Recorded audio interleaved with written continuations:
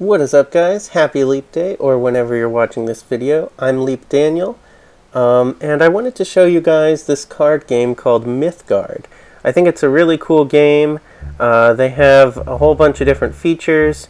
They have arena mode, just like in Hearthstone. It's like a draft mode, but it's not all. They don't charge you for it. And they have 6 different colors, and unlike the classes in Hearthstone, it's kind of more like the colors in Magic. You can mix and match them, but they don't have land. But that's not what I'm here to talk about today. I'm here to talk about today whether the game is pay to win or if it's genuinely viable as a free-to-play option. And I'm here to argue that it is viable as a free-to-play option, and I'm going to argue that from my own experience playing the game for just 1 month. So if we look at my profile, I started it on January 31st. So I started it on the last day of last month, and it's today the last day of February. So if you look at it, I've reached gold rank, which is pretty good. If you don't know the rankings, it goes from bronze to silver to gold, and then mithril, and then champion. And there's only I think 30 champions in the whole world. So, I'm low gold, so it's not the best by any means, but it's above average, and I was able to get there in just 1 month of playing. So I think that's pretty good. I haven't paid any money into the game, and if you look at my collection of cards, it's also pretty respectable. I have most of the commons and uncommons, and probably within maybe 2 or 3 months, maybe I'll get all of them.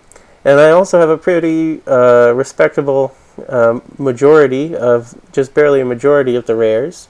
And I have not so many of the mythics. But with Mythgard's rarity system, you can run 4 of every common. Okay? And only 3 uncommons, only 2 rares, and only 1 of each mythic. So you can never really build a deck around mythics, even if some of the mythic cards maybe are really good. If you want a consistent deck, it should really, some of the staple cards should be commons and uncommons. So if you can get all the commons and uncommons as quickly as I have, then you'll very quickly be on the path to making all kinds of different good decks. Also,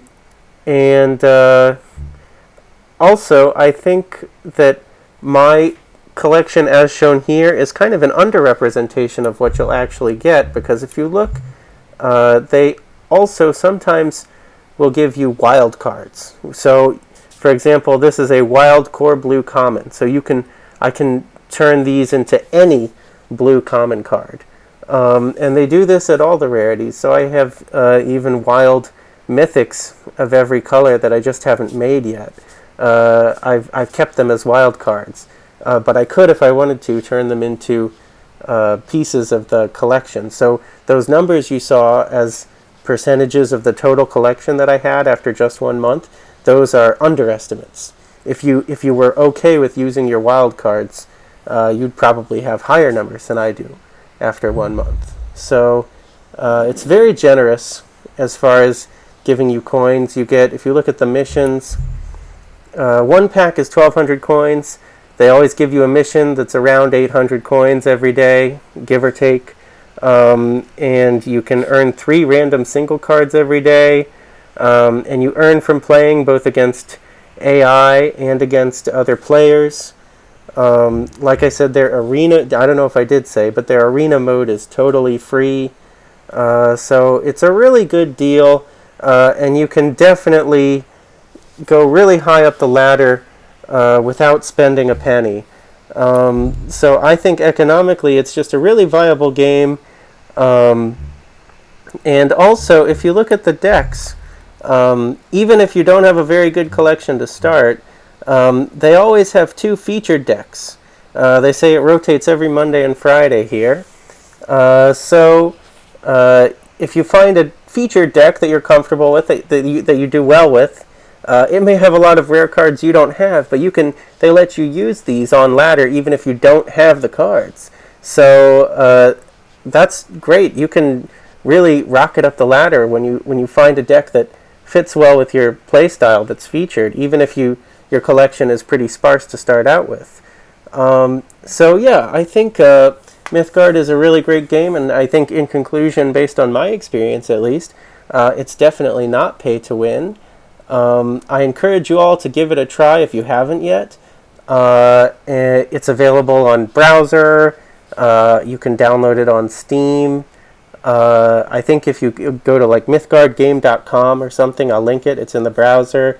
You can even play it on mobile, both for iPhone and Android. So I definitely strongly recommend it. And if you're interested in seeing more Mythgard content, maybe subscribe, because I do plan on making more Mythgard videos on this channel. That's pretty much what this channel is going to be about. So feel free to let me know in the comments if you agree or disagree with my assessment about Mythgard being a pretty good, free-to-play, economically viable game. You don't really need to spend money to make it in Mythgard. And also let me know what kind of Mythgard videos you'd like to see next. All right. Peace out, everyone.